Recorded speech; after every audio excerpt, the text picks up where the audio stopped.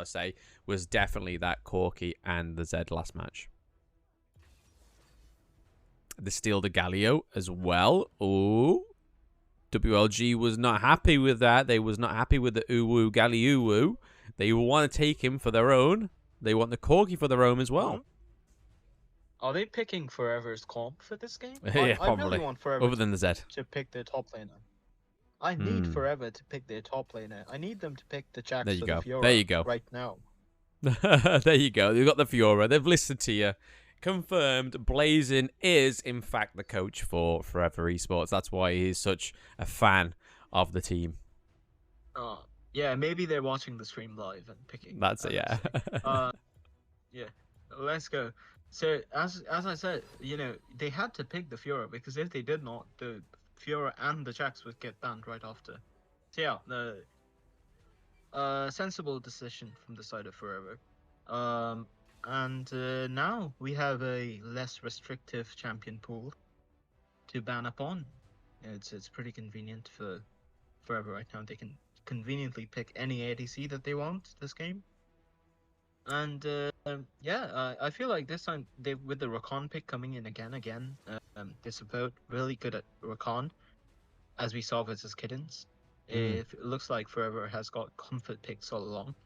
WLG, of course, they're really good players, good at pretty much every champ, so can't really say specifically as to what their champ pool may be restricted to. But yeah, so far, Veos on the Yone, really strong. Heste and the Galio, also very strong. Mumu, of course, fantastic ADC player. Got the Kai'Sa ban coming in for the ADC. What are your thoughts? Do you think Kai'Sa is very overpowered this patch? Well, apparently so. I mean, I don't really play her. I've played against her. I've managed to do well against the Kai'Sa. Obviously, Kai'Sa in solo rank is completely different to Kai'Sa in competitive, and we saw a great Kai'Sa come out of government in the last qualifier. So I think it's still a viable pick. But the likes of like your Ziggs comes out a lot more. Your Jin comes out a lot more still. We get a little bit of Zeri still in the mix as well. You don't generally see Kai'Sa being picked all the time, or even like the idea of Kai'Sa being picked all the time. The Varus always seems like a big grab, as well as the Corki right now.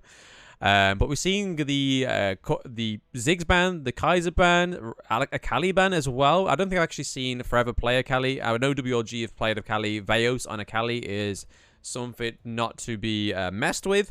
So I think it's a great ban there. And then we see the Renekton actually getting the falling victim to the chopping board at the end there, because it was a great pick on Patterson, to be fair. So Renekton on the Fiora, it would always be a solid matchup. But we see Yone being picked on the side of the BLG. So Veos on Yone possibly. Or we could still see Andreas on Yone. We might see... It's a bit of a flex pick there. But a flex pick between... I think it's Yone for Andreas, and Veos will go Wukong mid again. Because I don't think Andreas would like to play Wukong in a game that they have to win. I mean, if you can carry on Wukong, then sure, but if you can put a stop to the Wukong steamrolling, then it can get a bit difficult. I think it's going to be Veos on mid with Wukong again this time. It seems that way. Are we seeing a Kha'Zix pick? Yes, are we they picking are. the jungle now? So the comp goes a bit differently. Looks like we may see a Wukong top lane, which Patterson does in fact play, and Veos on the mid lane with the Yone, and then Andres plays the Kha'Zix. I feel like both the comps from these teams are much better than what we saw last game. Although the absence of an AD carry on the side of Forever is a bit concerning for me, because I'm not sure as to how well this Karma will work out against the comp that WLG has picked right now. Yeah, well, it's like they did this on the second match of the series against Kittens. I honestly didn't rate the Karma in that one as well. I feel like going from a Varus with a lot of range, a lot of poke, and then going straight to the Karma that has a little bit more utility for your team in terms of the movement speed increase and the shield and stuff like that. And then obviously the fact of the empowered abilities as well. But I didn't really see them being used that well against Kittens. They did it well enough to actually win against Kittens, but it didn't feel like it was the pick that was going to be the thing that was going to make the difference against Kittens. So on a mage like Karma, it limits his own carry potential, but then you'll be relying on Carlos, who does play a fantastic Fiora, as we saw versus Kittens. So yeah, I think they're gonna prioritize that, and with the Karma pick, they have a bit more comfortable team fighting, because these guys, as we saw, WLG is superior in terms of team fighting in general. Oh. That was a nice little dash there from the Fiora, completely dodging that Galio. It's those little things that keeps your boy happy. Those little plays. Yeah. Just like Bob Ross. Another little happy mistake, mistakes. yeah. Little happy mistakes. That's definitely what Carlos likes doing here on the Fiora. I would say these guys made another expensive mistake. And that is same as the last game. They didn't put their support on the lane the support should have gone to. And WLG expected the Rakan to come top with the Fiora. Alright? Okay. WLG expected Rakan to come top with the Fiora. That is why they sent Hesitate to top lane. But then Rakan went bot lane with Karma for some reason. Maybe they expected the cheese, the Corki or something. But yeah, in this composition, it only makes sense to put your support on the top lane, you know? So... yeah, they have now put the Rakan on the top lane, which is good. Should have done it earlier. Okay, there's a bit of fighting going on. Yeah. Yeah, bit of fighting, and we're seeing the Gragas and the Kaiser starting to rotate to the upper side of the map. So I think this is where we might potentially start to see that 3v3 trade. Oh, there goes Hesty's going in with the Galio taunt as well. They take first blood, so Forever Esports with the first blood, they get the trade. Down goes the Gragas, down goes Rakan, down goes Wukong, and then down goes the Kazakhs as well. And then Fiora is still alive, still duking it out there against Veos in the Baron lane. So Veos is still alive for WLG there, but that was a great 3-3 trade against WLG there. That was really well played. Really, really well played. Absolutely, yeah. Both these teams play well, honestly, and here's the thing. As I was speaking about it earlier, these guys lack a bit in terms of coordinated team fighting, so they are making it up with the Karma pick. So, honestly, the Corki sort of evens out the Karma, but I think that with this Karma pick, they will have a really good advantage in terms of what they may lack in terms of mechanics. They may make it up with this more ability-oriented team fighting composition. I feel it Forever has a good chance at this game if they manage to play it out without making mistakes. They got a very they got a win that they wouldn't have gotten in the first game, and I feel like they should respect that and play this to the best of their abilities at this point. Definitely. So I mean, now they've got the first win. If they can manage to snag another 2 in a row, they've won the qualifier. They've won the Wildest week 2.0. So yeah, like you say, they should respect the fact that they won that.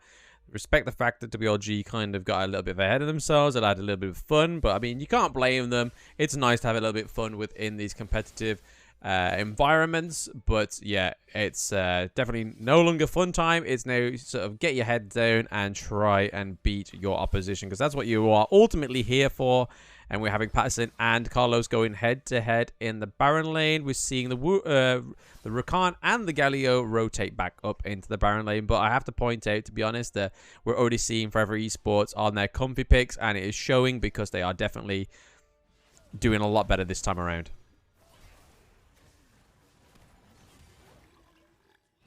Totally. That shows, I mean, there's not much of a goal lead yet, but slowly it's getting up there.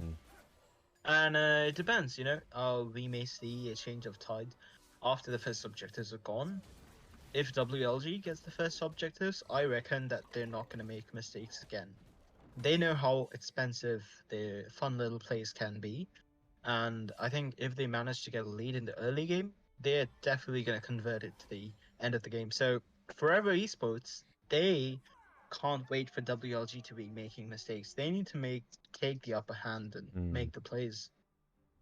You know, because WLG is not going to be making mistakes after losing the first game like that. Oh, Corki getting some damage onto the Karma, but we have the Rakan going in with the quickness and the hero's entrance there. Very lucky save for the Karma there. Ooh, can they pick off Hestes? Oh, Hestes looking pretty low. He gets that damage over time from Fiora. Nicely done from the Ignite there. Whittling down the Hestes right to the end. They have no Galio with these jungle objectives being up. Patterson managing to get back into safety. Zed in the back. He was behind enemy lines. But now we have Yone coming in from the side. Veos looking to do some damage here.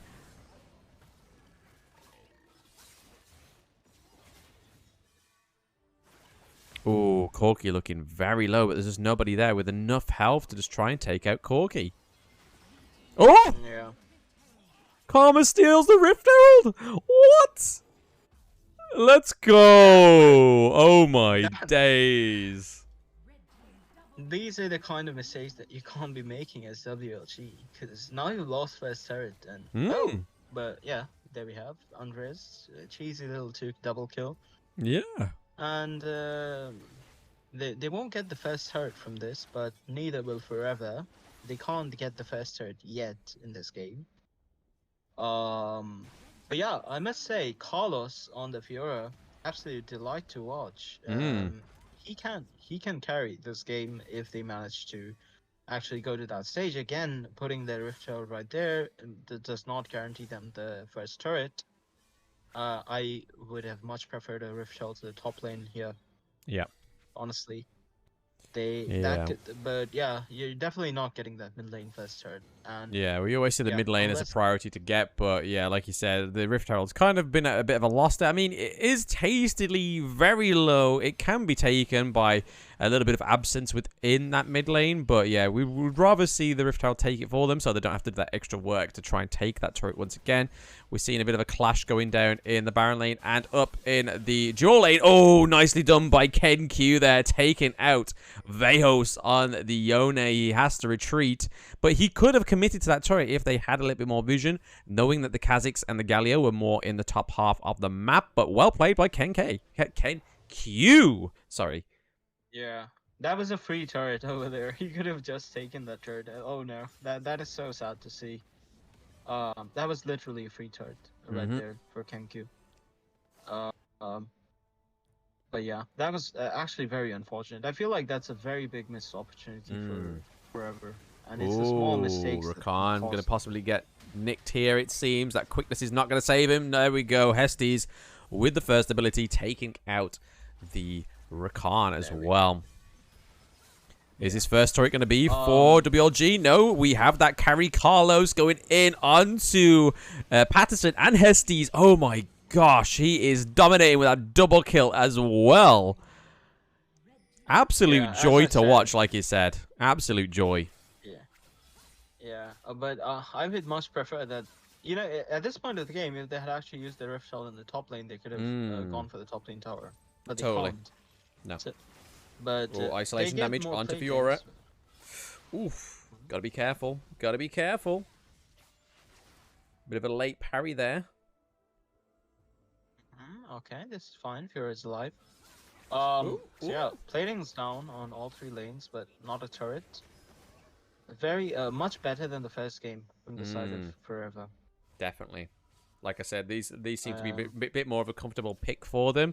They don't have the mistake of that Vayne pick in the Baron lane, so they don't really have any sort of hindrance right now. They are definitely all shining in all lanes. They are currently ahead with 2 kills. They're currently ahead with 1k gold, if that. And they still don't have a turret, either of these teams don't, but mid looking pretty low, and Baron lane is looking pretty low as well. Yep. I really want Forever to get the first turret, because if they don't, it would be very sad.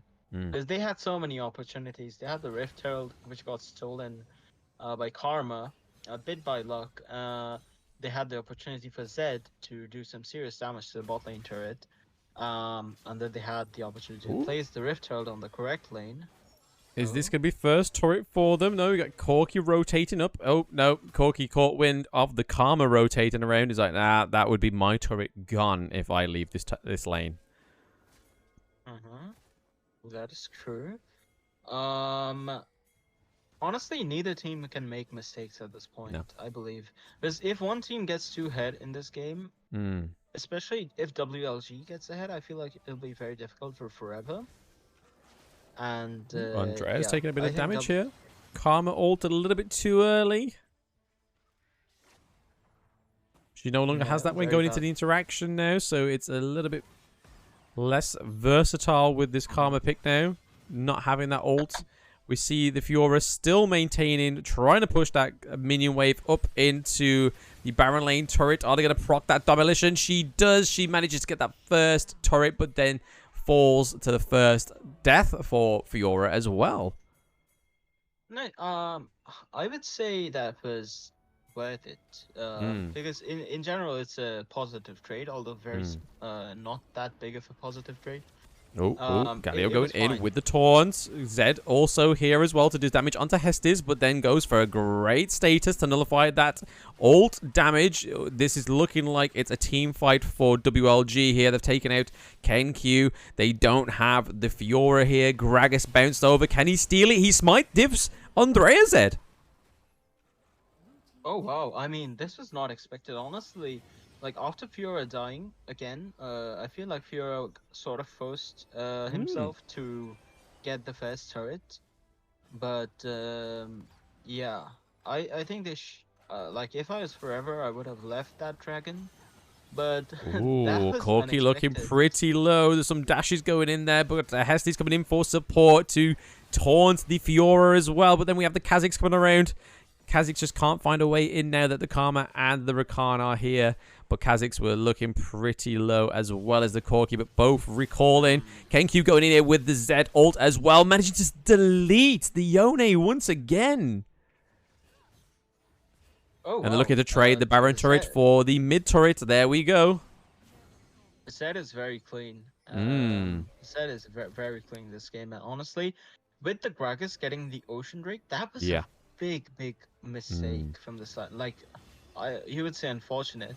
But yeah, Andres shouldn't have missed that smite because it was costly. They won that fight. That Drake was theirs, and they lost it. Even like it was a 4v5 situation, there was no way Forever should have got that Drake, and they still did. It's just unfortunate. It is unfortunate, but not unfortunate for Forever Esports. It is definitely a fortunate thing for them to get, and it's a good thing knowing that Gragas smite diffed Andreas had there as well. So Gragas went into the Lion's Den and managed to come out with the Ocean Dragon as well, which is something most players can't say they have done. Yeah, I doubt there are many people out there who can say their smite is a deft Andres, but yeah, there it is. PC Forever, Watashi Kiko on the Karma, and now Matkap Omar on the Gragas. Both smite diffing Andres. So yeah, now we have two people. KenQ going in onto the Kha'Zix there, not doing as much damage as he probably like to do, but still scare the Kha'Zix out of that team fight and that engage there.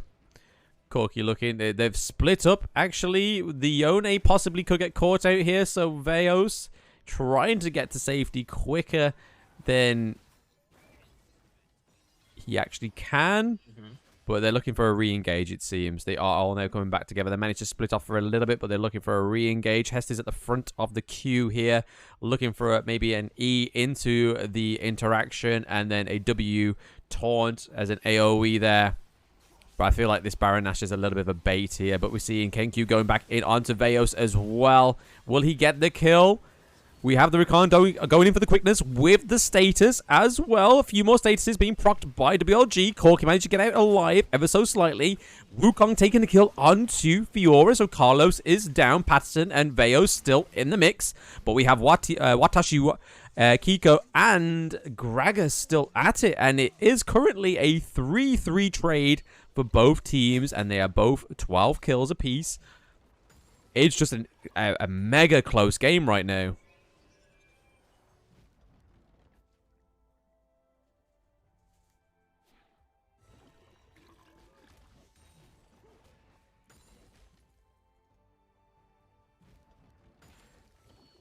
So for Pajama Wild Rift in the chat, Watashi Kiko. There you go. You wanted me to say it, I said it. I almost just went full like Watashi wa because I know that's a saying in Japanese, but it's not that. It's Watashi Kiko. There you go. I'm glad you're giving me love hearts in the chat. But anyway, the Ice Drake, sorry, is up in 16 seconds. I think Mr. Blazin has run away somewhere to simp for either Carlos or Ken Q. But no, he's back. He's back just in time for another. Mic was muted, sorry. No, it's fine. Don't worry about it. Yeah. So yeah, I'll just head into Discord. Oh, it's a little bit close here for the Ice Drake. We see the Zed going in onto the Corki to try and take out that big boy. Oh, once again, Smite diff for against Andrea Zed, losing a second Drake to Forever Esports. Here's the thing that I was saying while I was muted. Oh, and the Fiora's going in the Baron lane as well. Taking the inhibitor from WLG. Forever Esports are cracked, my guy. Yeah, these guys are cracked, and honestly, nobody was expecting Forever to play this well, right? Like, people in chat were confident that these guys had no chance against WLG, but Fiora taking a 2v1 and lasting that long against Patterson and Andreza is crazy. Greg is getting caught out here. I think they might have just pushed their luck a little bit with that greed. We're seeing the Karma having to status. The Karma goes down. It's only Rakan and Ken Q, alive. But they lose the inhibitor. They need to try and find a way into this. If they manage to steal the Baron Nashor here, would be crazy. Quickness is activated. There's a status. They don't manage to steal it, though. And they don't manage to get a single kill, but everybody's so low. No. This is near end game for WLG. So this was the mistake that Forever didn't want to make, but they made it. And I feel like, yeah, there we go. It's game end. That is unfortunate. Here's the thing. Nobody here expected Forever to play this well. And WLG, after losing a game, that these guys were serious. Like, they needed to win this game. And yet you saw Forever putting up this good of a fight. It just makes us realize that how underrated these players have been all this time. And yeah, honestly, like as I said, them trying to go to save the Fiora on the top lane was a very risky play, and I wouldn't have gone for it, to be honest. No, yeah. And